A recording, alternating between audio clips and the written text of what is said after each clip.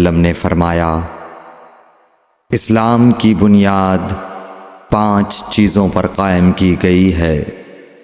اول، گواہی دینا کہ اللہ کے سوا کوئی معبود نہیں اور بے شک حضرت محمد صلی اللہ علیہ وسلم اللہ کے سچے رسول ہیں، اور نماز قائم کرنا اور زکوٰۃ ادا کرنا اور حج کرنا اور رمضان کے روزے رکھنا۔ صحیح بخاری حدیث نمبر 8۔ لوگوں نے پوچھا، یا رسول اللہ، کون سا اسلام افضل ہے؟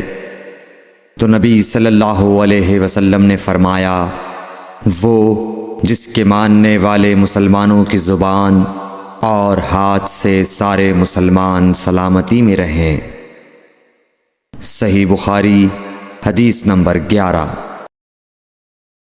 ایک دن ایک آدمی نے حضرت صلی اللہ علیہ وسلم سے پوچھا کہ کون سا اسلام بہتر ہے؟ فرمایا، یہ کہ تم کھانا کھلاؤ اور جس کو پہچانو اس کو بھی اور جس کو نہ پہچانو اس کو بھی، الغرض سب کو سلام کرو۔ صحیح بخاری حدیث نمبر 12۔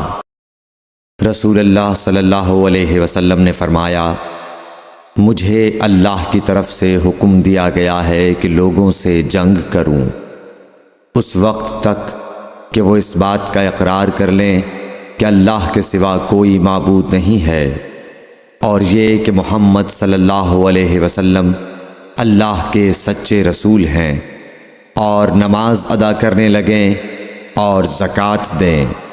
جس وقت وہ یہ کرنے لگیں گے تو مجھ سے اپنے جان و مال کو محفوظ کر لیں گے، سوائے اسلام کے حق کے۔ رہا ان کے دل کا حال تو ان کا حساب اللہ کے ذمہ ہے۔ صحیح بخاری حدیث نمبر 25۔ رسول اللہ صلی اللہ علیہ وسلم نے چند لوگوں کو کچھ عطیہ دیا اور سعد وہاں موجود تھے۔ وہ کہتے ہیں کہ رسول اللہ صلی اللہ علیہ وسلم نے ان میں سے ایک شخص کو کچھ نہ دیا، حالانکہ وہ ان میں مجھے سب سے زیادہ پسند تھا۔ میں نے کہا، حضور، آپ نے فلاں کو کچھ نہ دیا، میں اسے مومن گمان کرتا ہوں۔ آپ نے فرمایا، مومن یا مسلمان؟ میں تھوڑی دیر چپ رہ کر پھر پہلی بات دہرانے لگا۔ حضور صلی اللہ علیہ وسلم نے بھی دوبارہ وہی جواب دیا۔ پھر آپ نے فرمایا کہ اے سعد، باوجود یہ کہ ایک شخص مجھے زیادہ عزیز ہے، پھر بھی میں اسے نظر انداز کر کے کسی اور دوسرے کو اس خوف کی وجہ سے یہ مال دیتا ہوں کہ وہ اپنی کمزوری کی وجہ سے اسلام سے پھر جائے اور اللہ اسے آگ میں اوندھا ڈال دے۔ صحیح بخاری حدیث نمبر 27۔ حضور اکرم صلی اللہ علیہ وآلہ وسلم نے ارشاد فرمایا کہ جب ایک بندہ مسلمان ہو جائے اور اس کا اسلام عمدہ ہو، یقین و خلوص کے ساتھ ہو، تو اللہ اس کے گناہ کو جو اس نے اس اسلام لانے سے پہلے کیا معاف فرما دیتا ہے، اور اب اس کے بعد کے لیے بدلہ شروع ہو جاتا ہے، یعنی ایک نیکی کے عوض 10 گناہ سے لے کر 700 گناہ تک ثواب، اور ایک برائی کا اسی برائی کے مطابق بدلہ دیا جاتا ہے، مگر یہ کہ اللہ تعالیٰ اس برائی سے بھی درگزر کرے اور اسے بھی معاف فرما دے، یہ بھی اس کے لیے آسان ہے۔ صحیح بخاری حدیث نمبر 41۔ رسول اللہ صلی اللہ علیہ وسلم نے فرمایا کہ تم میں سے کوئی شخص جب اپنے اسلام کو عمدہ بنا لے، یعنی نفاق اور ریا سے پاک کر لے، تو ہر نیک کام جو وہ کرتا ہے اس کے عوض 10 سے لے کر 700 گناہ تک نیکیاں لکھی جاتی ہیں، اور ہر برا کام جو کرتا ہے تو وہ اتنا ہی لکھا جاتا ہے جتنا کہ اس نے کیا ہے۔ صحیح بخاری حدیث نمبر 42۔ حضرت عمر بن خطاب رضی اللہ تعالیٰ عنہ سے کہا کہ اے امیر المومنین، تمہاری کتاب قرآن میں ایک آیت ہے جسے تم پڑھتے ہو، اگر وہ ہم یہودیوں پر نازل ہوتی تو ہم اس کے نزول کے دن کو یوم عید بنا لیتے۔ آپ نے پوچھا وہ کون سی آیت ہے؟ اس نے جواب دیا سورہ مائدہ کی یہ آیت کہ آج میں نے تمہارے دین کو مکمل کر دیا اور اپنی نعمت تم پر تمام کر دی اور تمہارے لیے دین اسلام پسند کیا۔ حضرت عمر رضی اللہ تعالی عنہ نے فرمایا کہ ہم اس دن اور اس مقام کو خوب جانتے ہیں۔ جب یہ آیت رسول اللہ صلی اللہ علیہ وسلم پر نازل ہوئی اس وقت آپ صلی اللہ علیہ وسلم عرفات میں جمعے کے دن کھڑے ہوئے تھے۔ صحیح بخاری حدیث نمبر 45۔ طلحہ بن عبید اللہ کہتے تھے کہ نجد والوں میں سے ایک شخص حضرت صلی اللہ علیہ وسلم کے پاس آیا، سر پریشان یعنی بال بکھرے ہوئے تھے۔ ہم اس کی آواز کی بن بناہٹ سنتے تھے اور ہم سمجھ نہیں پا رہے تھے کہ وہ کیا کہہ رہا ہے، یہاں تک کہ وہ نزدیک آن پہنچا جب معلوم ہوا کہ وہ اسلام کے بارے میں پوچھ رہا ہے۔ حضرت صلی اللہ علیہ وسلم نے فرمایا کہ اسلام دن رات میں 5 نمازیں پڑھنا ہے۔ اس نے کہا بس اس کے سوا تو اور کوئی نماز مجھ پر نہیں۔ آپ نے فرمایا نہیں مگر تو نفل پڑھے تو اور بات ہے۔ حضرت صلی اللہ علیہ وسلم نے فرمایا اور رمضان کے روزے رکھنا۔ اس نے کہا اور تو کوئی روزہ مجھ پر نہیں ہے۔ آپ نے فرمایا نہیں مگر تو نفل روزے رکھے تو اور بات ہے۔ طلحہ نے کہا اور حضرت صلی اللہ علیہ وسلم نے اس زکوٰۃ کا بیان کیا۔ وہ کہنے لگا کہ بس اور کوئی صدقہ مجھ پر نہیں ہے۔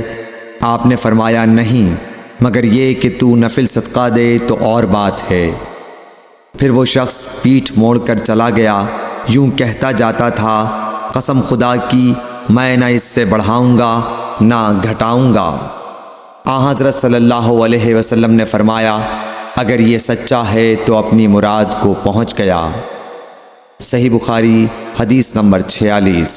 جس دن مغیرہ بن شعبہ حاکم کوفہ کا انتقال ہوا تو جریر بن عبداللہ رضی اللہ تعالی عنہ خطبے کے لیے کھڑے ہوئے اور اللہ کی تعریف اور خوبی بیان کی اور کہا تم کو اکیلے اللہ کا ڈر رکھنا چاہیے، اس کا کوئی شریک نہیں، اور تحمل اور اطمینان سے رہنا چاہیے اس وقت تک کہ کوئی دوسرا حاکم تمہارے اوپر آئے، اور وہ ابھی آنے والا ہے۔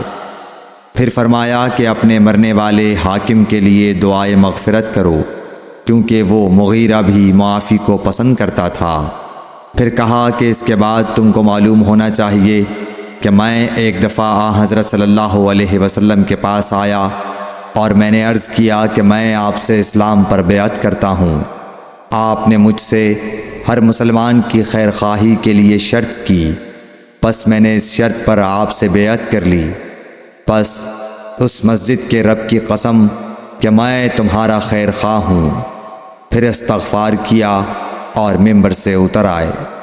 صحیح بخاری حدیث نمبر 58۔ رسول اللہ صلی اللہ علیہ وسلم نے کسی بادشاہ کے نام دعوت اسلام دینے کے لیے ایک خط لکھا یا لکھنے کا ارادہ کیا تو آپ صلی اللہ علیہ وسلم سے کہا گیا کہ وہ بغیر مہر کے خط نہیں پڑھتے، یعنی بے مہر کے خط کو مستند نہیں سمجھتے۔ تب آپ صلی اللہ علیہ وسلم نے چاندی کی انگوٹھی بنوائی جس میں محمد الرسول اللہ کندہ تھا۔ صحیح بخاری حدیث نمبر 65۔ رسول اللہ صلی اللہ علیہ وسلم گھر سے نکلے تو عبداللہ بن حذافہ کھڑے ہو کر پوچھنے لگے کہ حضور میرا باپ کون ہے؟ آپ نے فرمایا حذافہ۔ پھر آپ نے بار بار فرمایا کہ مجھ سے پوچھو تو حضرت عمر رضی اللہ عنہ نے دو زانو ہو کر عرض کیا کہ ہم اللہ کے رب ہونے پر، اسلام کے دین ہونے اور محمد صلی اللہ علیہ وسلم کے نبی ہونے پر راضی ہیں، اور یہ جملہ 3 مرتبہ دہرایا۔ پھر یہ سن کر رسول اللہ صلی اللہ علیہ وسلم خاموش ہو گئے۔ صحیح بخاری حدیث نمبر 93۔ خی حمام بن حارث سے روایت کرتے تھے، انہوں نے کہا کہ میں نے جریر بن عبداللہ کو دیکھا، انہوں نے پیشاب کیا، پھر وضو کیا اور اپنے موزوں پر مسح کیا، پھر کھڑے ہوئے اور موزوں سمیت نماز پڑھی۔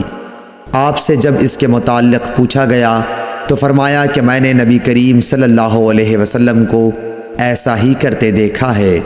ابراہیم نخعی نے کہا کہ یہ حدیث لوگوں کی نظر میں بہت پسندیدہ تھی، کیونکہ جریر رضی اللہ تعالی عنہ آخر میں اسلام لائے تھے۔ صحیح بخاری حدیث نمبر 387۔ صدیقہ رضی اللہ تعالی عنہ سے روایت ہے کہ عرب کے کسی قبیلے کی ایک کالی لونڈی تھی، انہوں نے اسے آزاد کر دیا تھا اور وہ انہی کے ساتھ رہتی تھی۔ اس نے بیان کیا کہ ایک دفعہ ان کی ایک لڑکی جو دلہن تھی نہانے کو نکلی، اس کا کمربند سرخ تسموں کا تھا، اس نے وہ کمربند اتار کر رکھ دیا یا اس کے بدن سے گر گیا، پھر اس طرف سے ایک چیل گزری جہاں کمربند پڑا تھا، چیل اسی سرخ رنگ کی وجہ سے گوشت سمجھ کر جھپٹ لے گئی۔ بعد میں قبیلے والوں نے اسے بہت تلاش کیا لیکن کہیں نہ ملا، ان لوگوں نے اس کی تہمت مجھ پر لگا دی اور میری تلاشی لینی شروع کر دی، یہاں تک کہ انہوں نے اس کی شرمگاہ تک کی تلاشی لی۔ اس نے بیان کیا کہ اللہ کی قسم میں ان کے ساتھ اسی حالت میں کھڑی تھی کہ وہی چیل آئی اور اس نے ان کا وہ کمربند گرا دیا، وہ ان کے سامنے ہی گرا۔ میں نے اسے دیکھ کر کہا یہی تو تھا جس کی تم مجھ پر تہمت لگاتے تھے، تم لوگوں نے مجھ پر اس کا الزام لگایا تھا حالانکہ میں اس سے پاک تھی، یہی تو ہے وہ کمربند۔ اس لونڈی نے کہا کہ اس کے بعد میں رسول اللہ صلی اللہ علیہ وسلم کی خدمت میں حاضر ہوئی اور اسلام لائی۔ حضرت عائشہ رضی اللہ تعالی عنہا نے بیان کیا کہ اس کے لیے مسجد نبوی میں ایک بڑا خیمہ لگا دیا گیا، یا یہ کہا کہ چھوٹا سا خیمہ لگا دیا گیا۔ حضرت عائشہ رضی اللہ تعالی عنہا نے بیان کیا کہ وہ لونڈی میرے پاس آتی اور مجھ سے باتیں کیا کرتی تھی، جب بھی وہ میرے پاس آتی تو یہ ضرور کہتی کہ کمربند کا دن ہمارے رب کی عجیب نشانیوں میں سے ہے، اسی نے مجھے کفر کے ملک سے نجات دی۔ حضرت عائشہ رضی اللہ تعالی عنہا بیان فرماتی ہیں کہ میں نے اس سے کہا آخر بات کیا ہے، جب بھی تم میرے پاس بیٹھتی ہو تو یہ بات ضرور کہتی ہو۔ آپ نے بیان کیا کہ پھر اس نے مجھے یہ قصہ سنایا۔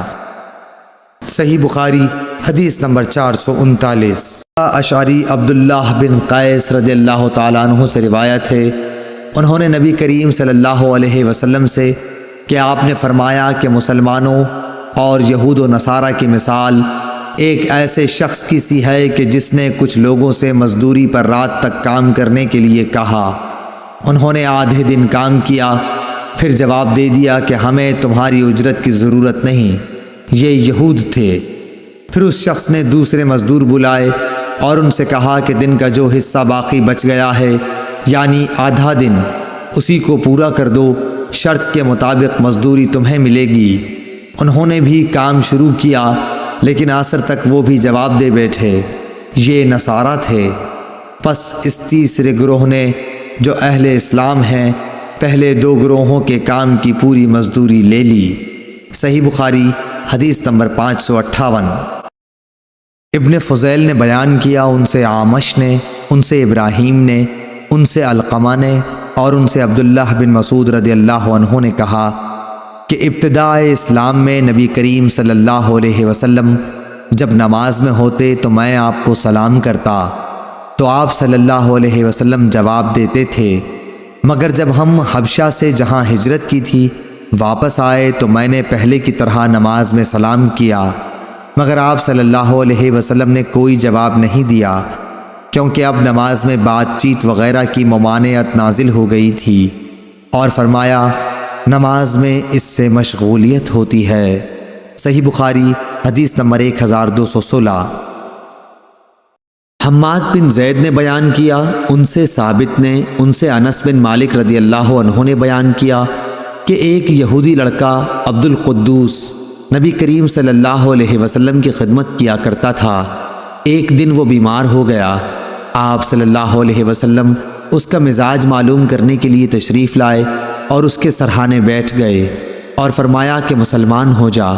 اس نے اپنے باپ کی طرف دیکھا، باپ وہیں موجود تھا۔ اس نے کہا کہ کیا مضائقہ ہے؟ ابو القاسم صلی اللہ علیہ وسلم جو کچھ کہتے ہیں مان لے۔ چنانچہ وہ بچہ اسلام لے آیا۔ جب آن حضرت صلی اللہ علیہ وسلم باہر نکلے تو آپ نے فرمایا کہ شکر ہے اللہ پاک کا جس نے اس بچے کو جہنم سے بچا لیا۔ صحیح بخاری حدیث نمبر 1356۔ شعیب نے خبر دی، انہوں نے بیان کیا کہ ابن شہاب ہر اس بچے کی جو وفات پا گیا ہو نماز جنازہ پڑھتے تھے، اگرچہ وہ حرام ہی کا بچہ کیوں نہ ہو، کیونکہ اس کی پیدائش اسلام کی فطرت پر ہوئی، یعنی اس صورت میں جبکہ اس کے والدین مسلمان ہونے کے دعوے دار ہوں۔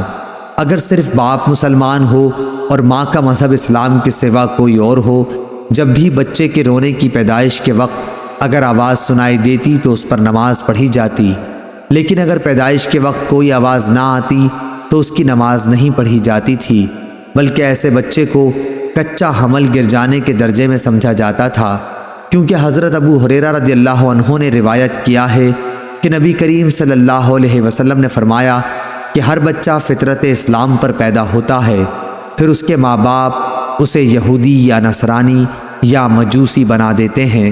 جس طرح تم دیکھتے ہو کہ جانور صحیح سالم بچہ جنتا ہے، کیا تم نے کوئی کان کٹا ہوا بچہ بھی دیکھا ہے؟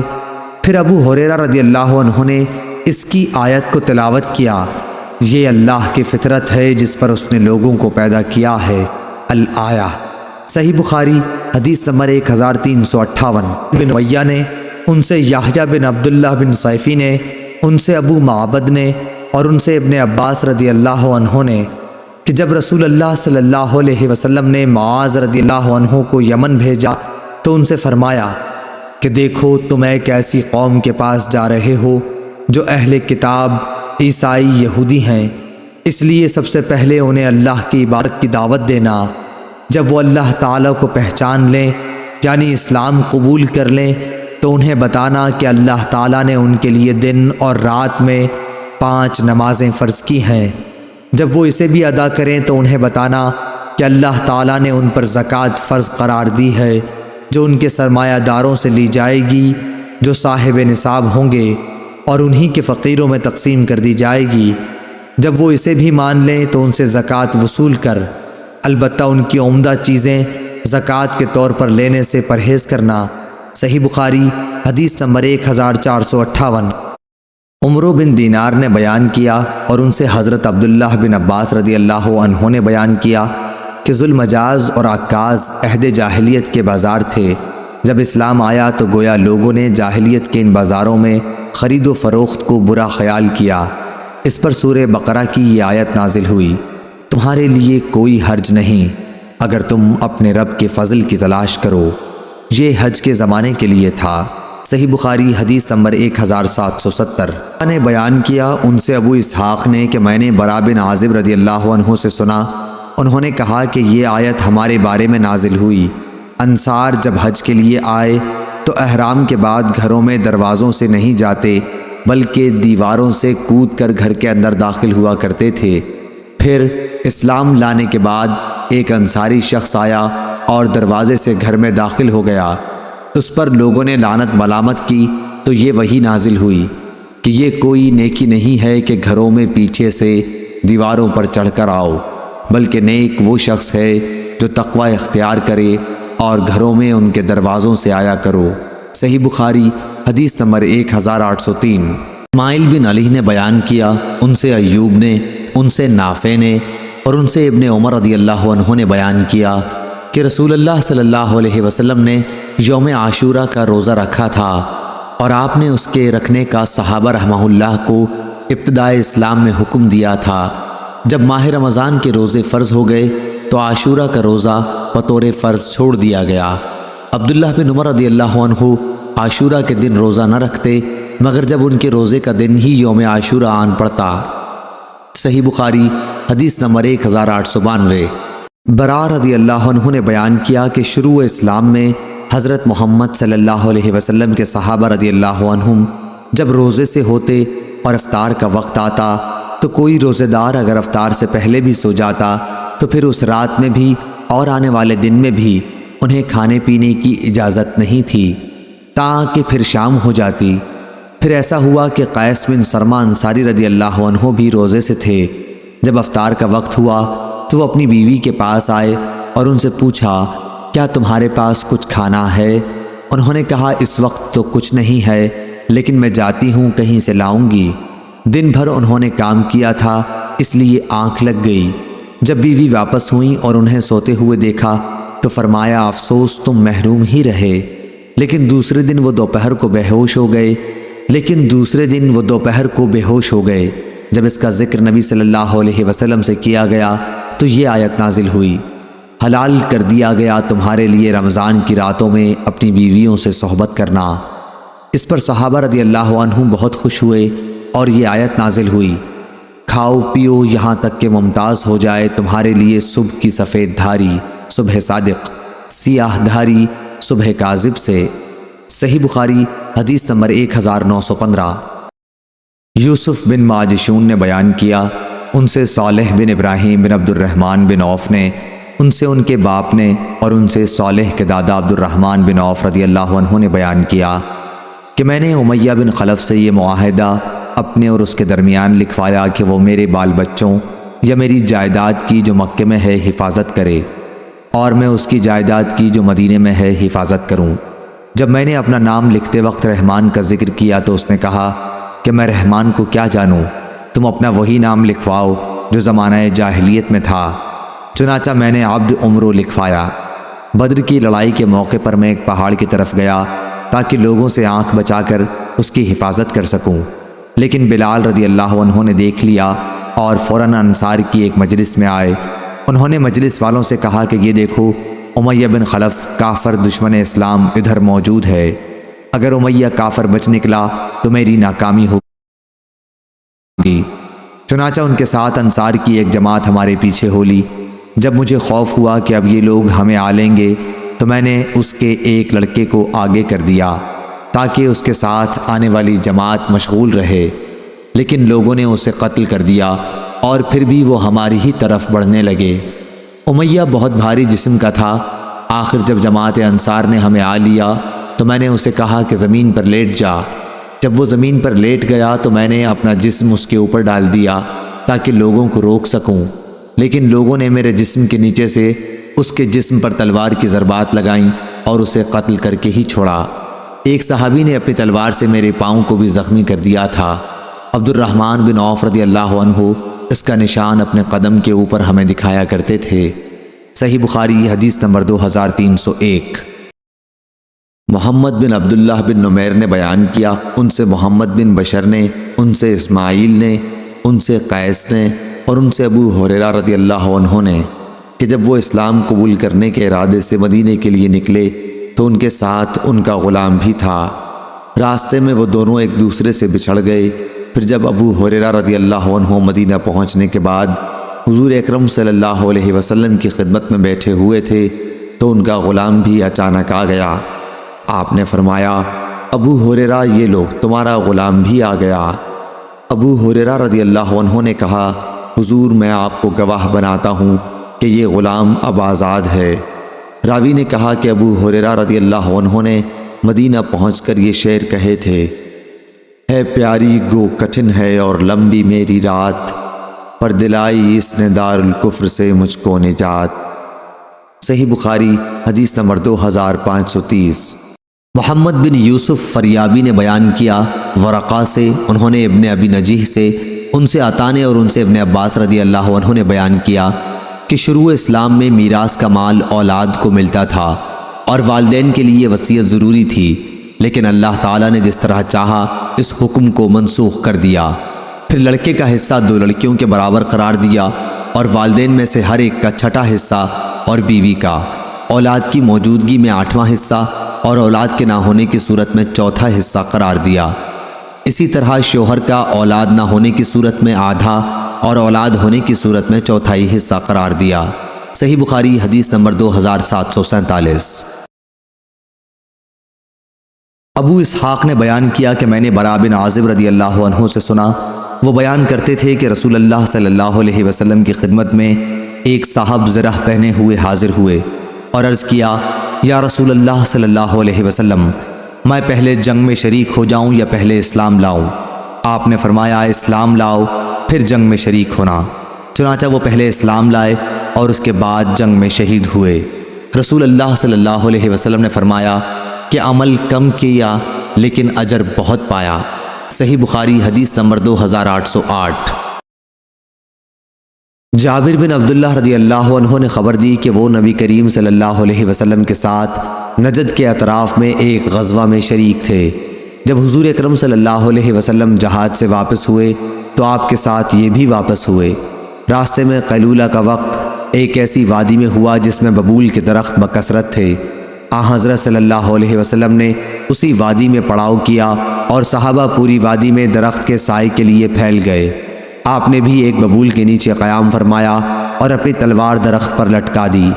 ہم سب سو گئے تھے کہ حضرت صلی اللہ علیہ وسلم کے پکارنے کی آواز سنائی دی۔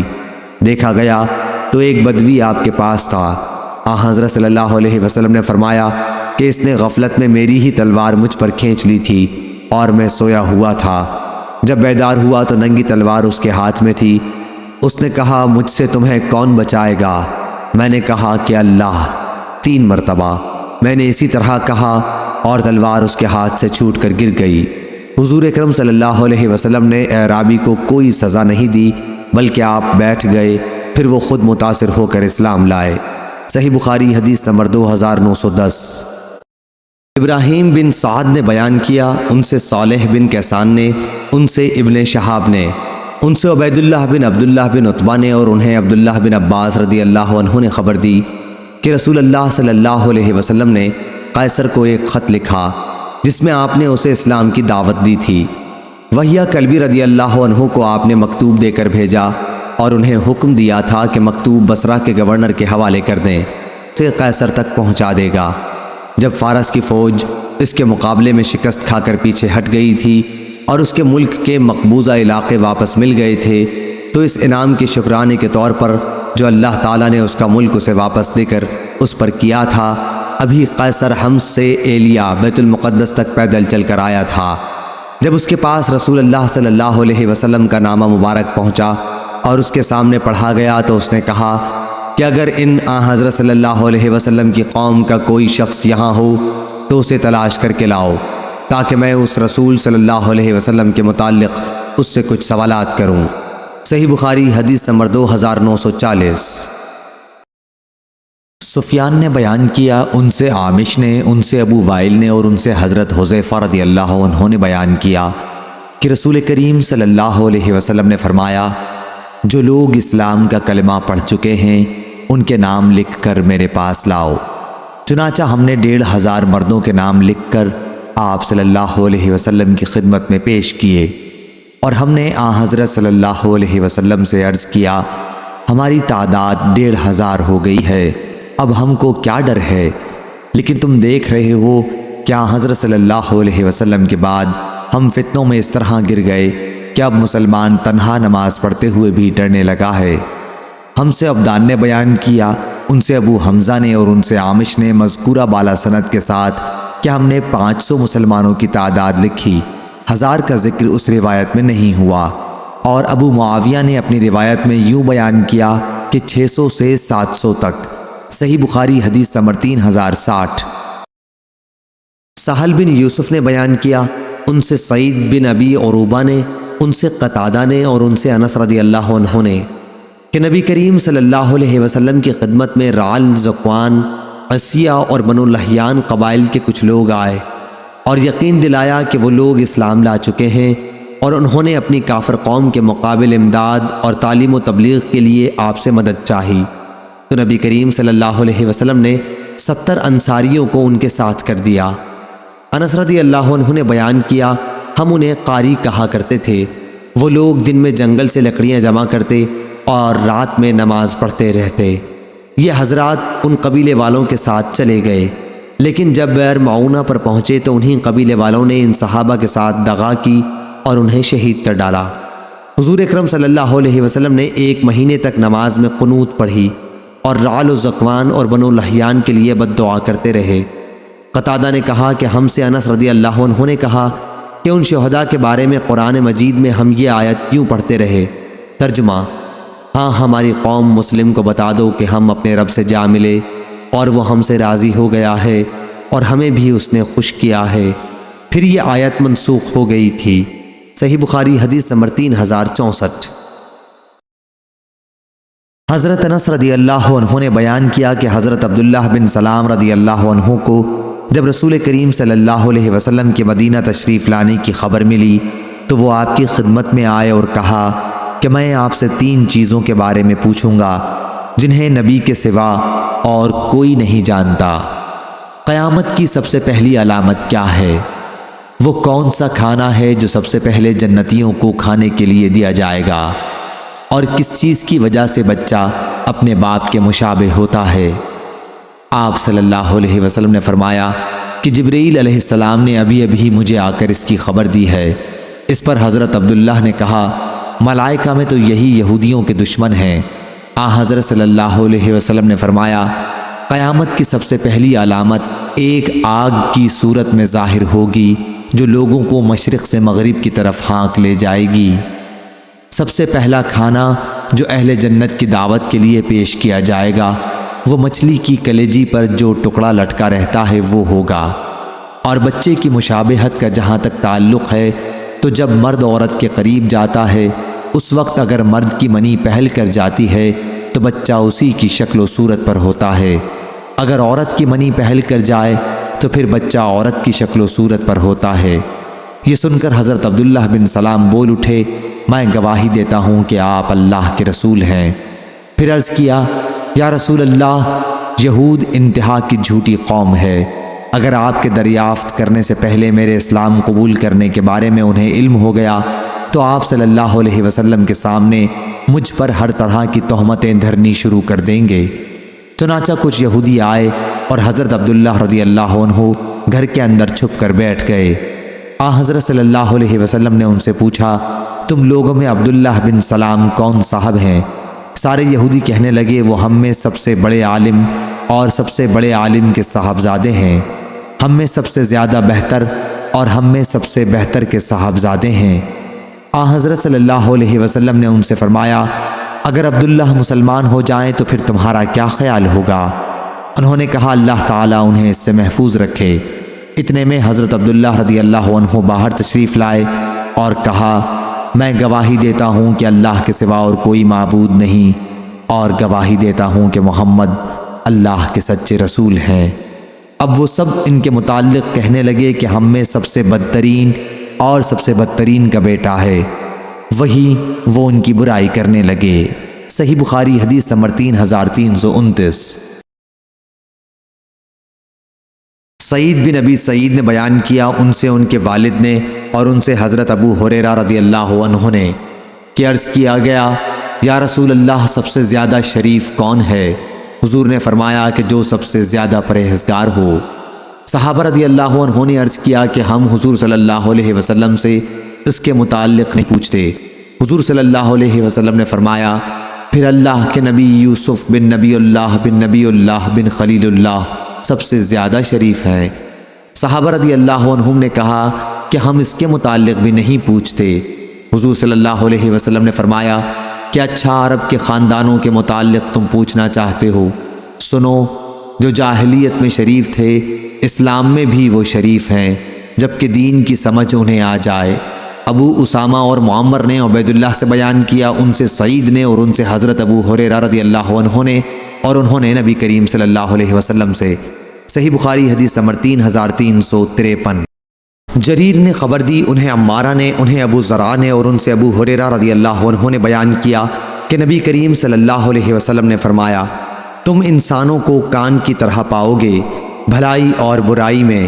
جو لوگ جاہلیت کے زمانے میں بہتر اور اچھی صفات کے مالک تھے وہ اسلام لانے کے بعد بھی بہتر اور اچھی صفات والے ہیں، بشرطے کہ وہ دین کا علم بھی حاصل کریں، اور حکومت اور سرداری کے لائق اس کو پاؤ گے جو حکومت اور سرداری کو بہت ناپسند کرتا ہو۔ صحیح بخاری حدیث نمبر 3493۔ ابو الولید نے بیان کیا، کہا ہم سے سلم بن زریر نے بیان کیا، انہوں نے ابو الرجاء سے سنا کہ ہم سے عمران بن حسین رضی اللہ عنہ نے بیان کیا کہ وہ نبی کریم صلی اللہ علیہ وسلم کے ساتھ ایک سفر میں تھے۔ رات بھر سب لوگ چلتے رہے، جب صبح کا وقت قریب ہوا تو پڑاؤ کیا۔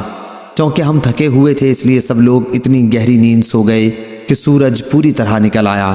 سب سے پہلے ابو بکر صدیق رضی اللہ عنہ جاگے لیکن آن حضرت صلی اللہ علیہ وسلم کو جب آپ سوتے ہوتے تو جگاتے نہیں تھے، چونکہ آپ خود ہی جاگتے۔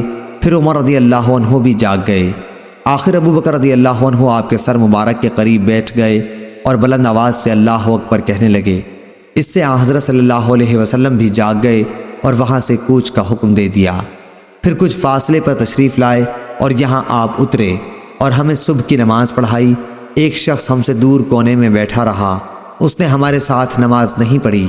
آن حضرت صلی اللہ علیہ وسلم جب نماز سے فارغ ہوئے تو آپ نے اس سے فرمایا، اے فلاں، ہمارے ساتھ نماز پڑھنے سے تمہیں کس چیز نے روکا؟ اس نے عرض کیا کہ مجھے غسل کی حاجت ہو گئی ہے۔ آن حضرت صلی اللہ علیہ وسلم نے اسے حکم دیا کہ پاک مٹی سے تیمم کر لو۔ پھر اس نے بھی تیمم کے بعد نماز پڑھی۔ حضرت عمران رضی اللہ عنہ کہتے ہیں کہ پھر آن حضور صلی اللہ علیہ وسلم نے مجھے چند سواروں کے ساتھ آگے بھیج دیا تاکہ پانی تلاش کریں، کیونکہ ہمیں سخت پیاس لگی ہوئی تھی۔ اب ہم اسی حالت میں چل رہے تھے کہ ہمیں ایک عورت ملی جو دو مشکوں کے درمیان سواری پر اپنے پاؤں لٹکائے ہوئے جا رہی تھی۔ ہم نے اس سے کہا کہ پانی کہاں ملتا ہے؟ اس نے جواب دیا کہ یہاں پانی نہیں ہے۔ ہم نے اس سے پوچھا کہ تمہارے گھر سے پانی کتنے فاصلے پر ہے؟ اس نے جواب دیا کہ 1 دن رات کا فاصلہ ہے۔ ہم نے اس سے کہا کہ اچھا تم رسول اللہ صلی اللہ علیہ وسلم کی خدمت میں چلو۔ وہ بولی، رسول اللہ صلی اللہ علیہ وسلم کے کیا معنی ہیں؟ عمران رضی اللہ عنہ کہتے ہیں کہ آخر ہم اسے آن حضور صلی اللہ علیہ وسلم کی خدمت میں لائے۔ اس نے آپ سے بھی وہی کہا جو ہم سے کہہ چکی تھی، ہاں اتنا اور کہا کہ وہ یتیم بچوں کی ماں ہے، اس لیے واجب الرحم ہے۔ آن حضرت صلی اللہ علیہ وسلم کے حکم سے اس کے دونوں مشکیزوں کو اتارا گیا اور آپ نے ان کے دہانوں پر دست مبارک پھیرا۔ ہم 40 پیاسے آدمیوں نے اس میں سے خوب سیراب ہو کر پیا اور اپنے تمام مشکیزیں اور بالٹیاں بھی بھر لیں۔ صرف ہم نے اونٹوں کو پانی نہیں پلایا، اس کے باوجود اس کی مشکیں پانی سے اتنی بھری ہوئی تھیں کہ معلوم ہوتا تھا کہ ابھی بہہ پڑیں گی۔ اس کے بعد آن حضرت صلی اللہ علیہ وسلم نے فرمایا کہ جو کچھ تمہارے پاس ہے کھانے کی چیزوں میں سے ہو میرے پاس لاؤ۔ چنانچہ اس عورت کے سامنے ٹکڑے اور کھجوریں لا کر جمع کر دی گئیں۔ پھر جب وہ اپنے قبیلے میں آئی تو اپنے آدمیوں میں سے اس نے کہا کہ آج میں سب سے بڑے جادوگر سے مل کر آئی ہوں، یا پھر جیسا کہ اس کے ماننے والے لوگ کہتے ہیں وہ واقعی نبی ہے۔ آخر اللہ تعالیٰ نے اس کے قبیلے کو اسی عورت کی وجہ سے ہدایت دی، وہ خود بھی اسلام لائی اور تمام قبیلے والوں نے بھی اسلام قبول کر لیا۔ صحیح بخاری حدیث نمبر 3571۔ یحییٰ بن سعید نے بیان کیا، ان سے اسماعیل نے کہا، ہم سے قیس نے بیان کیا، ان سے حضرت خباب بن ارت رضی اللہ عنہ نے بیان کیا کہ ہم نے رسول اللہ صلی اللہ علیہ وسلم سے شکایت کی۔ آپ اس وقت اپنی ایک چادر پر ٹیک دیے کعبے کے سائے میں بیٹھے ہوئے تھے۔ ہم نے آپ کی خدمت میں عرض کیا کہ آپ ہمارے لیے مدد کیوں نہیں طلب فرماتے، ہمارے لیے اللہ سے دعا کیوں نہیں مانگتے؟ ہم کافروں کی عزا دہی سے تنگ آ چکے ہیں۔ آن حضرت صلی اللہ علیہ وسلم نے فرمایا، ایمان لانے کی سزا میں تم سے پہلی امتوں کے لوگوں کے لیے گڑھا کھودا جاتا اور انہیں اس میں ڈال دیا جاتا، پھر ان کے سر پر آرا رکھ کر ان کے 2 ٹکڑے کر دیے جاتے، پھر بھی وہ اپنے دین سے نہ پھرے۔ لوہے کے کنگے ان کے گوشت میں دھسا کر ان کی ہڈیوں اور پٹھوں پر پھیرے جاتے، پھر بھی وہ اپنا ایمان نہ چھوڑتے۔ اللہ کی قسم کہ یہ امر اسلام بھی کمال کو پہنچے گا، اور ایک زمانہ آئے گا کہ ایک سوار مقام صنعاء سے حضرموت تک سفر کرے گا، لیکن راستوں کے پرامن ہونے کی وجہ سے اسے اللہ کے سوا اور کسی کا ڈر نہیں ہوگا، یا صرف بھیڑیے کا خوف ہوگا کہ کہیں اس کی بکریوں کو نہ کھا جائے، لیکن تم لوگ جلدی کرتے ہو۔ صحیح بخاری حدیث نمبر 3612۔ عبد الوارث نے بیان کیا، کہا ہم سے عبدالعزیز نے بیان کیا اور ان سے انس بن مالک رضی اللہ عنہ نے بیان کیا کہ ایک شخص پہلے عیسائی تھا، پھر وہ اسلام میں داخل ہو گیا تھا۔ اس نے سورہ بقرہ اور آل عمران پڑھ لی تھی اور وہ نبی کریم صلی اللہ علیہ وسلم کا منشی بن گیا، لیکن پھر وہ شخص مرتد ہو کر عیسائی ہو گیا اور کہنے لگا کہ محمد صلی اللہ علیہ وسلم کے لیے جو کچھ میں نے لکھ دیا ہے اس کے سوا اسے اور کچھ بھی معلوم نہیں۔ پھر اللہ تعالیٰ کے حکم سے اس کی موت واقع ہو گئی اور اس کے آدمیوں نے اسے دفن کر دیا۔ جب صبح ہوئی تو انہوں نے دیکھا کہ اس کی لاش قبر سے نکل کر زمین کے اوپر پڑی ہے۔ عیسائی لوگوں نے کہا کہ یہ محمد صلی اللہ علیہ وسلم اور اس کے ساتھیوں کا کام ہے، چونکہ ان کا دین اس نے چھوڑ دیا تھا، اس لیے انہوں نے اس کی قبر کھودی ہے اور لاش کو باہر نکال کر پھینک دیا ہے۔ چنانچہ دوسری قبر انہوں نے کھودی جو بہت زیادہ گہری تھی، لیکن صبح ہوئی تو پھر لاش باہر تھی۔ اس مرتبہ بھی انہوں نے یہی کہا کہ یہ محمد صلی اللہ علیہ وسلم اور ان کے ساتھیوں کا کام ہے۔ چونکہ ان کا دین اس نے چھوڑ دیا تھا، اس لیے انہوں نے اس کی قبر کھود کر انہوں نے لاش باہر پھینک دی ہے۔ پھر انہوں نے قبر کھودی اور جتنی گہری ان کے بس میں تھی کر کے اسے اس کے اندر ڈال دیا، لیکن صبح ہوئی تو پھر لاش باہر تھی۔ اب انہیں یقین آیا کہ یہ کسی انسان کا کام نہیں ہے، بلکہ یہ میت عذاب خداوندی میں گرفتار ہے۔ چنانچہ انہوں نے اسے یوں ہی زمین پر ڈال دیا۔ صحیح بخاری حدیث نمبر 3617۔ شعیب نے خبر دی، انہیں عبداللہ بن ابی حسین نے، ان سے نافع بن جبیر نے بیان کیا اور ان سے حضرت عبداللہ بن عباس رضی اللہ عنہ نے بیان کیا کہ نبی کریم صلی اللہ علیہ وسلم کے زمانے میں مسلمہ کذاب مدینے میں آیا اور یہ کہنے لگا کہ اگر محمد صلی اللہ علیہ وسلم امر یعنی خلافت کو اپنے بعد مجھے سونپ دیں تو میں ان کی اتباع کے لیے تیار ہوں۔ مسلمہ اپنے بہت سے مریدوں کو ساتھ لے کر مدینے آیا تھا۔ رسول اللہ صلی اللہ علیہ وسلم اس کے پاس اسے سمجھانے کے لیے تشریف لے گئے۔ آپ کے ساتھ ثابت بن قیس بن شماس رضی اللہ عنہ تھے اور آپ کے ہاتھ میں کھجور کی ایک چھڑی تھی۔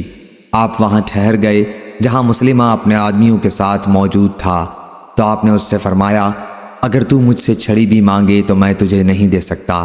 خلافت تو بڑی چیز ہے اور پروردگار کی مرضی کو تو ٹال نہیں سکتا۔ اگر تو اسلام سے پیٹھ پھیرے گا تو اللہ تجھ کو تباہ کر دے گا، اور میں سمجھتا ہوں کہ تو وہی ہے جو مجھے خواب میں دکھایا گیا تھا۔ صحیح بخاری حدیث نمبر 3620۔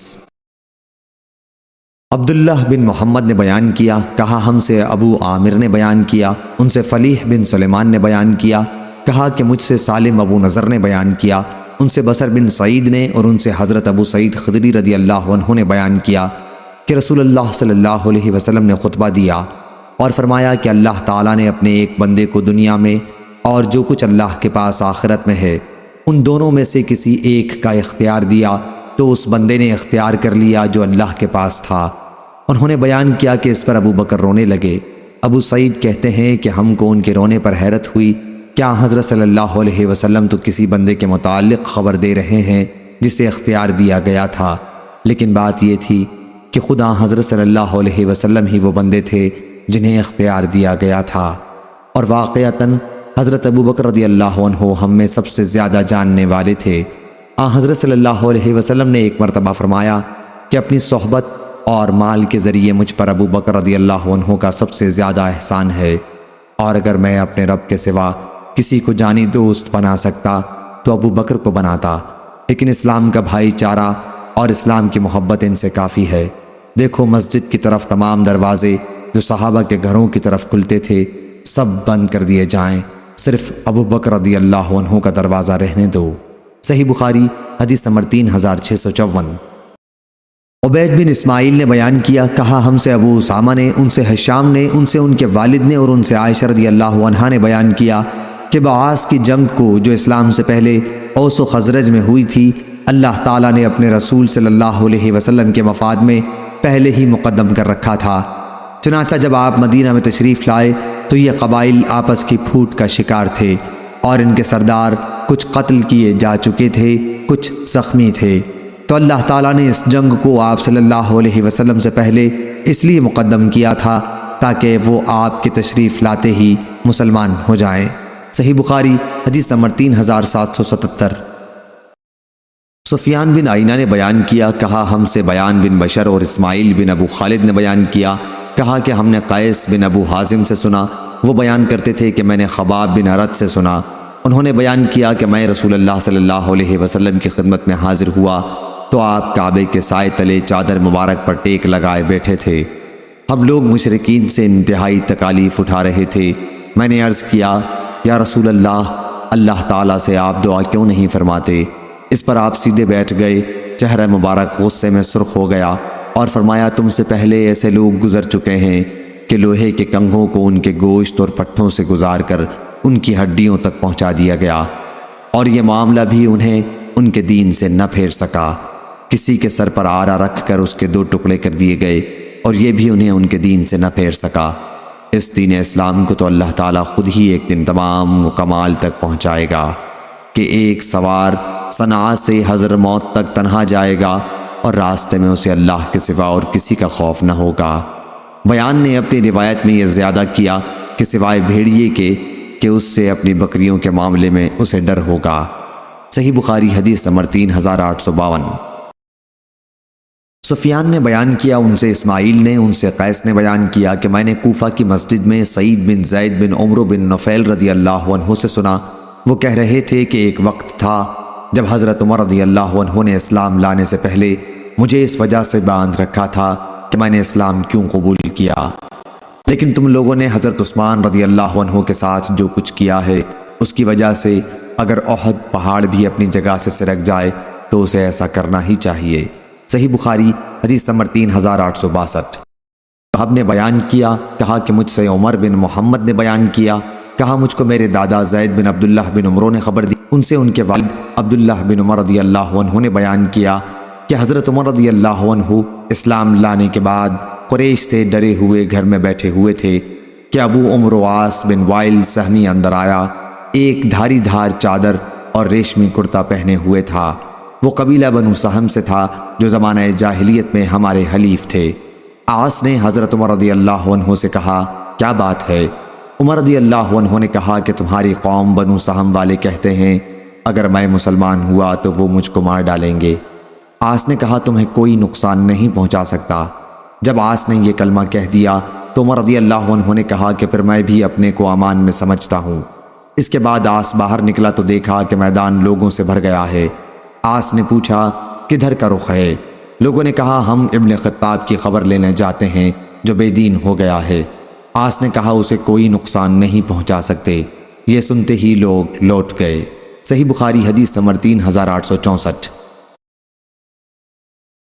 لیث نے بیان کیا، ان سے عقیل نے کہ ابن شہاب نے بیان کیا، انہیں عروہ بن زبیر نے خبر دی اور ان سے نبی کریم صلی اللہ علیہ وسلم کی زوجہ مطہرہ حضرت عائشہ رضی اللہ عنہا نے بیان کیا کہ جب میں نے ہوش سنبھالا تو میں نے اپنے ماں باپ کو دین اسلام ہی پر پایا، اور کوئی دن ایسا نہیں گزرتا تھا جس میں رسول کریم صلی اللہ علیہ وسلم ہمارے گھر صبح و شام دونوں وقت تشریف نہ لاتے ہوں۔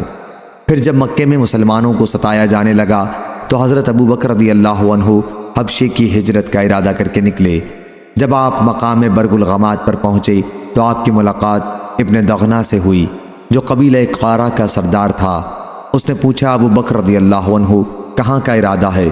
انہوں نے کہا کہ میری قوم نے مجھے نکال دیا ہے، اب میں نے ارادہ کر لیا ہے کہ ملک ملک کی سیاحت کروں اور آزادی کے ساتھ اپنے رب کی عبادت کروں گا۔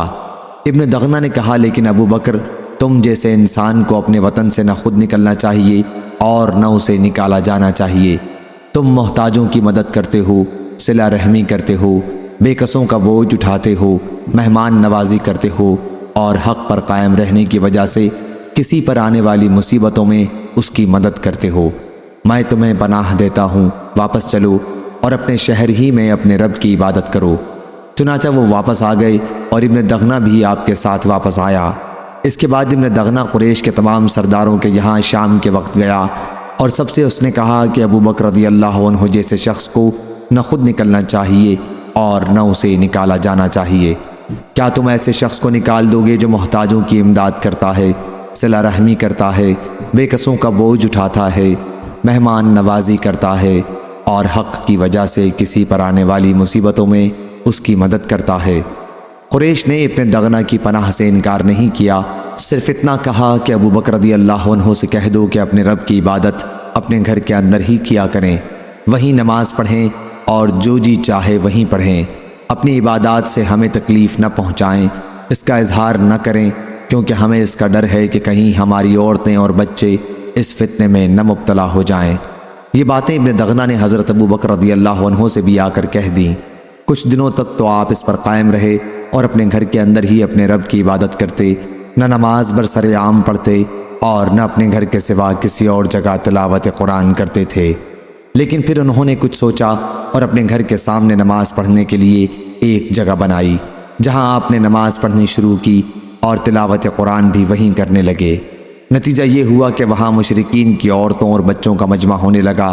وہ سب حیرت اور پسندیدگی کے ساتھ دیکھتے رہا کرتے تھے۔ حضرت ابو بکر رضی اللہ عنہ بڑے نرم دل انسان تھے، جب قرآن مجید کی تلاوت کرتے تو آنسوؤں کو روک نہ سکتے تھے۔ اس صورتحال سے مشرکین قریش کے سردار گھبرا گئے اور انہوں نے ابن دغنہ کو بلا بھیجا۔ جب ابن دغنہ آ گیا تو انہوں نے اس سے کہا کہ ہم نے ابو بکر کے لیے تمہاری پناہ اس شرط کے ساتھ تسلیم کی تھی کہ اپنے رب کی عبادت وہ اپنے گھر کے اندر کیا کریں، لیکن انہوں نے شرط کی خلاف ورزی کی ہے اور اپنے گھر کے سامنے نماز پڑھنے کے لیے ایک جگہ بنا کر برسر عام نماز پڑھنے اور تلاوت قرآن کرنے لگے ہیں۔ ہمیں اس کا ڈر ہے کہ کہیں ہماری عورتیں اور بچے اس فتنے میں نہ مبتلا ہو جائیں، اس لیے تم انہیں روک دو۔ اگر انہیں یہ شرط منظور ہو کہ اپنے رب کی عبادت صرف اپنے گھر کے اندر ہی کیا کریں تو وہ ایسا کر سکتے ہیں، لیکن اگر وہ اظہار ہی کریں تو ان سے کہو کہ تمہاری پناہ واپس دے دیں، کیونکہ ہمیں یہ پسند نہیں کہ تمہاری دی ہوئی پناہ میں ہم دخل اندازی کریں، لیکن ابو بکر کے اس اظہار کو بھی ہم برداشت نہیں کر سکتے۔ حضرت عائشہ رضی اللہ عنہا نے بیان کیا کہ پھر ابن دغنہ ابو بکر رضی اللہ عنہ کے یہاں آیا اور کہا کہ جس شرط کے ساتھ میں نے آپ کے ساتھ عہد کیا تھا وہ آپ کو معلوم ہے، اب یا آپ اس شرط پر قائم رہیے یا پھر میرے عہد کو واپس کیجیے، کیونکہ یہ مجھے گوارا نہیں کہ عرب کے کانوں تک یہ بات پہنچے کہ میں نے ایک شخص کو پناہ دی تھی لیکن اس میں قریش کی طرف سے دخل اندازی کی گئی۔ اس پر حضرت ابو بکر رضی اللہ عنہ نے کہا میں تمہاری پناہ واپس کرتا ہوں اور اپنے رب عز و جل کی پناہ پر راضی اور خوش ہوں۔ حضور اکرم صلی اللہ علیہ وسلم ان دنوں مکہ میں تشریف رکھتے تھے۔ آپ نے مسلمانوں سے فرمایا کہ تمہاری ہجرت کی جگہ مجھے خواب میں دکھائی گئی ہے، وہاں کھجور کے باغات ہیں اور 2 پتھریلے میدانوں کے درمیان واقع ہے۔ چنانچہ جنہیں ہجرت کرنا تھا انہوں نے مدینے کی طرف ہجرت کی، اور جو لوگ سرزمین حبشہ ہجرت کر کے چلے گئے تھے وہ بھی مدینہ چلے آئے۔ حضرت ابو بکر رضی اللہ عنہ نے بھی مدینہ ہجرت کی تیاری شروع کر دی، لیکن حضور صلی اللہ علیہ وسلم نے ان سے فرمایا کہ کچھ دنوں کے لیے توقف کرو، مجھے توقع ہے کہ ہجرت کی اجازت مجھے بھی مل جائے گی۔ ابو بکر رضی اللہ عنہ نے عرض کیا کیا واقعی آپ کو بھی اس کی توقع ہے؟ میرے ماں باپ آپ پر فدا ہوں۔ حضور صلی اللہ علیہ وسلم نے فرمایا کہ ہاں۔ حضرت ابو بکر رضی اللہ عنہ نے حضور صلی اللہ علیہ وسلم کی رفاقت سفر کے خیال سے اپنا ارادہ ملتوی کر دیا اور 2 اونٹنیوں کو جو ان کے پاس تھیں کیکر کے پتے کھلا کر تیار کرنے لگے 4 مہینے تک۔ ابن شہاب نے بیان کیا ان سے عروہ نے کہ حضرت عائشہ رضی اللہ عنہا نے کہا ایک دن ہم ابو بکر رضی اللہ عنہ کے گھر بیٹھے ہوئے تھے، بھری دوپہر تھی کہ کسی نے حضرت ابو بکر رضی اللہ عنہ سے کہا رسول اللہ صلی اللہ علیہ وسلم سر پر رومال ڈالے تشریف لا رہے ہیں۔ حضور کا معمول ہمارے یہاں اس وقت آنے کا نہیں تھا۔ حضرت ابو بکر رضی اللہ عنہ بولے حضور صلی اللہ علیہ وسلم پر میرے ماں باپ فدا ہوں، ایسے وقت میں آپ کسی خاص وجہ سے ہی تشریف لائے ہوں گے۔ انہوں نے بیان کیا کہ پھر حضور صلی اللہ علیہ وسلم تشریف لائے اور اندر آنے کی اجازت چاہی۔ ابو بکر نے آپ کو اجازت دی تو آپ اندر داخل ہوئے۔ پھر حضور صلی اللہ علیہ وسلم نے ان سے فرمایا اس وقت یہاں سے تھوڑی دیر کے لیے سب کو اٹھا دو۔ ابو بکر رضی اللہ عنہ نے عرض کیا یہاں اس وقت تو سب گھر کے ہی آدمی ہیں، میرے ماں باپ آپ پر فدا ہوں یا رسول اللہ صلی اللہ علیہ وسلم۔ حضور صلی اللہ علیہ وسلم نے اس کے بعد فرمایا کہ مجھے ہجرت کی اجازت دے دی گئی ہے۔ ابو بکر رضی اللہ عنہ نے عرض کی میرے ماں باپ آپ پر فدا ہوں یا رسول اللہ، کیا مجھے رفاقت سفر کا شرف حاصل ہو سکے گا؟ حضور صلی اللہ علیہ وسلم نے فرمایا کہ ہاں۔ انہوں نے عرض کیا یا رسول اللہ میرے ماں باپ آپ پر فدا ہوں، ان دونوں میں سے ایک اونٹنی آپ لے لیجئے۔ حضور صلی اللہ علیہ وسلم نے فرمایا لیکن قیمت سے۔ حضرت عائشہ رضی اللہ عنہا نے بیان کیا کہ پھر ہم نے جلدی جلدی ان کے لیے تیاریاں شروع کر دیں اور کچھ توشہ ایک تھیلے میں رکھ دیا۔ اسماء بنت ابی بکر رضی اللہ عنہا نے اپنے پٹکے کے ٹکڑے کر کے تھیلے کا منہ اس سے باندھ دیا اور اسی وجہ سے ان کا نام ذات طاق پٹکے والی پڑ گیا۔ عائشہ رضی اللہ عنہا نے بیان کیا کہ پھر رسول اللہ صلی اللہ علیہ وسلم اور ابو بکر رضی اللہ عنہ نے جبل ثور کے غار میں پڑاؤ کیا اور 3 راتیں وہیں گزاریں۔ عبداللہ بن ابی بکر رضی اللہ عنہ رات وہیں جا کر گزارا کرتے تھے۔ یہ نوجوان بہت سمجھدار تھے اور ذہین بے حد تھے۔ سحر کے وقت وہاں نکل آتے اور صبح سویرے ہی مکے پہنچ جاتے جیسے وہیں رات گزری ہو۔ پھر جو کچھ یہاں سنتے اور جس کے ذریعے ان حضرات کے خلاف کارروائی کے لیے کوئی تدبیر کی جاتی تو اسے محفوظ رکھتے، اور جب اندھیرا چھا جاتا تو تمام اطلاعات یہاں آ کر پہنچاتے۔ ابو بکر رضی اللہ عنہ کے غلام عامر بن فہیرہ رضی اللہ عنہ آپ ہر دو کے لیے قریب ہی دودھ دینے والی بکری چرایا کرتے تھے، اور جب کچھ رات گزر جاتی تو اسے غار میں لاتے تھے۔ آپ اسی پر رات گزارتے۔ اس دودھ کو گرم لوہے کے ذریعے گرم کر لیا جاتا تھا۔ صبح منہ اندھیرے ہی عامر بن فہیرہ رضی اللہ عنہ غار سے نکل آتے تھے۔ ان 3 راتوں میں روزانہ کا ان کا یہی دستور تھا۔ حضرت ابو بکر رضی اللہ عنہ نے بنی دیل، جو بنی عبد بن عدی کی شاخ تھی، کہ ایک شخص کو راستہ بتانے کے لیے اجرت پر اپنے ساتھ رکھا تھا۔ یہ شخص راستوں کا بڑا ماہر تھا۔ آل عاص بن وائل سہمی کا یہ حلیف بھی تھا اور کفار قریش کے دین پر قائم تھا۔ ان بزرگوں نے اس پر اعتماد کیا اور اپنے دونوں اونٹ اس کے حوالے کر دیے۔ قرار یہ پایا تھا کہ 3 راتیں گزار کر یہ شخص غار ثور میں ان سے ملاقات کرے۔ چنانچہ تیسری رات کی صبح کو وہ دونوں اونٹ لے کر آ گیا۔ اب عامر بن فہیرہ رضی اللہ عنہ اور یہ راستہ بتانے والا ان حضرات کو ساتھ لے کر روانہ ہوئے، ساحل کے راستے سے ہوتے ہوئے۔ صحیح بخاری حدیث نمبر 3905۔ عبد الصمد نے بیان کیا، کہا مجھ سے میرے باپ عبد الوارث نے بیان کیا، ان سے عبد العزیز بن صہیب نے بیان کیا، اور ان سے انس بن مالک رضی اللہ عنہ نے بیان کیا۔ انہوں نے کہا کہ نبی کریم صلی اللہ علیہ وسلم جب مدینہ تشریف لائے تو حضرت ابو بکر صدیق رضی اللہ عنہ آپ کی سواری پر پیچھے بیٹھے ہوئے تھے۔ حضرت ابو بکر رضی اللہ عنہ بوڑھے ہو گئے تھے اور ان کو لوگ پہچانتے بھی تھے، لیکن حضور اکرم صلی اللہ علیہ وسلم ابھی جوان معلوم ہوتے تھے اور آپ کو لوگ عام طور سے پہچانتے بھی نہ تھے۔ بیان کیا کہ اگر راستے میں کوئی ملتا اور پوچھتا کہ اے ابو بکر یہ تمہارے ساتھ کون صاحب ہیں، تو آپ جواب دیتے کہ یہ میرے ہادی ہیں، مجھے راستہ بتاتے ہیں۔ پوچھنے والا یہ سمجھتا کہ مدینے کا راستہ بتلانے والا ہے، اور ابو بکر رضی اللہ عنہ کا مطلب اس کلام سے یہ تھا کہ آپ دین و ایمان کا راستہ بتلاتے ہیں۔ ایک مرتبہ حضرت ابو بکر رضی اللہ عنہ پیچھے مڑے تو ایک سوار نظر آیا جو ان کے قریب آ چکا تھا۔ انہوں نے کہا یا رسول اللہ، یہ سوار آ گیا اور اب ہمارے قریب ہی پہنچنے والا ہے۔ نبی کریم صلی اللہ علیہ وسلم نے بھی اسے مڑ کر دیکھا اور دعا فرمائی کہ اے اللہ اسے گرا دے۔ چنانچہ گھوڑی نے اسے گرا دیا۔ پھر جب وہ ہنہناتی ہوئی اٹھی تو سوار سراقہ نے کہا اے اللہ کے نبی، آپ جو چاہیں مجھے حکم دیں۔ حضور اکرم صلی اللہ علیہ وسلم نے فرمایا اپنی جگہ کھڑا رہ اور دیکھ کسی کو ہماری طرف نہ آنے دینا۔ راوی نے بیان کیا کہ وہی شخص جو صبح آپ کے خلاف تھا، شام جب ہوئی تو آپ کا وہ ہتھیار تھا، دشمن کو آپ سے روکنے لگا۔ اس کے بعد حضور اکرم صلی اللہ علیہ وسلم مدینہ پہنچ کر حرہ کے قریب اترے اور انصار کو بلا بھیجا۔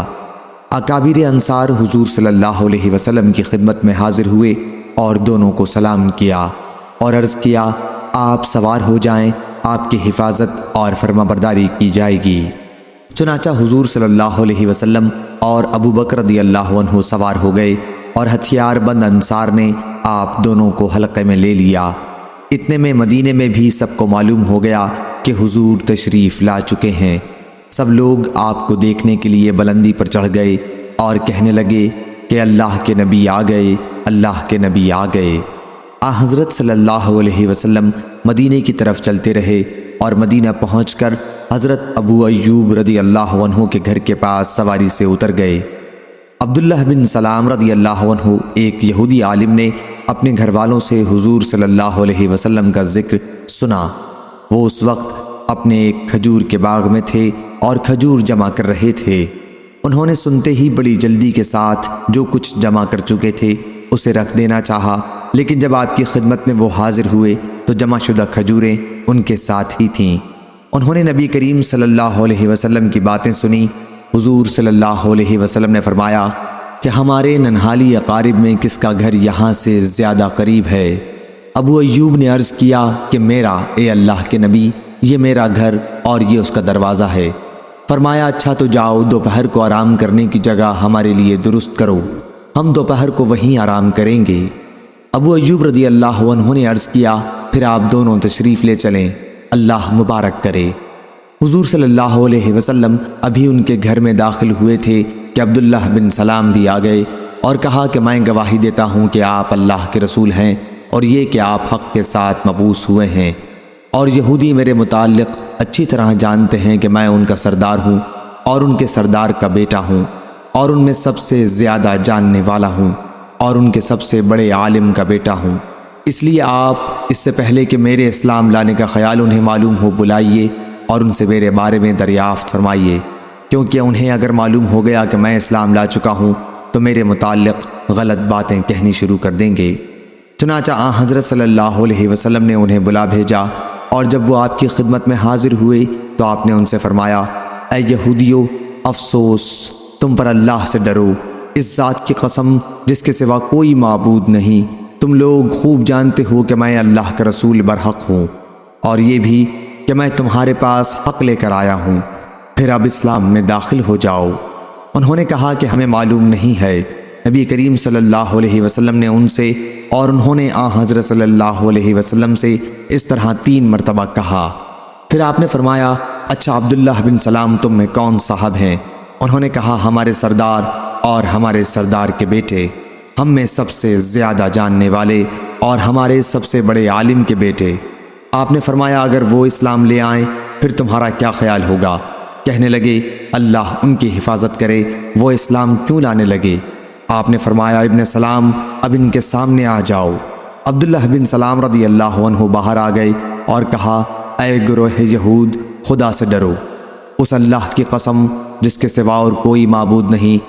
تمہیں خوب معلوم ہے کہ آپ اللہ کے رسول ہیں، اور یہ کہ آپ حق کے ساتھ مبعوث ہوئے ہیں۔ یہودیوں نے کہا، تم جھوٹے ہو۔ پھر حضرت صلی اللہ علیہ وسلم نے ان سے باہر چلے جانے کے لیے فرمایا۔ صحیح بخاری حدیث نمبر 3911۔ روح نے بیان کیا، ان سے عوف نے بیان کیا، ان سے معاویہ بن قرہ نے بیان کیا کہ مجھ سے ابو بردہ بن ابو موسیٰ اشعری نے بیان کیا، انہوں نے بیان کیا کہ مجھ سے عبداللہ بن عمر رضی اللہ عنہ نے بیان کیا، کیا تم کو معلوم ہے میرے والد عمر رضی اللہ عنہ نے تمہارے والد ابو موسیٰ اشعری رضی اللہ عنہ کو کیا جواب دیا تھا؟ اے ابو موسیٰ، کیا تم اس پر راضی ہو کہ رسول اللہ صلی اللہ علیہ وسلم کے ساتھ ہمارا اسلام، آپ کے ساتھ ہماری ہجرت، آپ کے ساتھ ہمارا جہاد، ہمارے تمام عمل جو ہم نے آپ کی زندگی میں کیے ہیں، ان کے بدلے میں ہم اپنے ان اعمال سے نجات پا جائیں جو ہم نے آپ کے بعد کیے ہیں، گو وہ نیک بھی ہوں، بس برابری پر معاملہ ختم ہو جائے۔ اس پر آپ کے والد نے میرے والد سے کہا، خدا کی قسم میں اس پر راضی نہیں ہوں۔ ہم نے رسول اللہ صلی اللہ علیہ وسلم کے بعد بھی جہاد کیا، نمازیں پڑھیں، روزے رکھے اور بہت سے اعمال خیر کیے، اور ہمارے ہاتھ پر ایک مخلوق نے اسلام قبول کیا، ہم تو اس کے ثواب کی بھی امید رکھتے ہیں۔ اس پر میرے والد نے، خیر ابھی تم سمجھو، لیکن جہاں تک میرا سوال ہے تو اس ذات کی قسم جس کے ہاتھ میں میری جان ہے، میری خواہش ہے کہ حضور اکرم صلی اللہ علیہ وسلم کی زندگی میں کیے ہوئے ہمارے اعمال محفوظ رہے ہوں، اور جتنے اعمال ہم نے آپ کے بعد کیے ہیں ان سب سے اس کے بدلے میں ہم نجات پا جائیں اور برابر پر معاملہ ختم ہو جائے۔ ابو بردہ کہتے ہیں، اس پر میں نے کہا، اللہ کی قسم آپ کے والد حضرت عمر رضی اللہ عنہ میرے والد ابو موسیٰ رضی اللہ عنہ سے بہتر تھے۔ صحیح بخاری حدیث نمبر 3915۔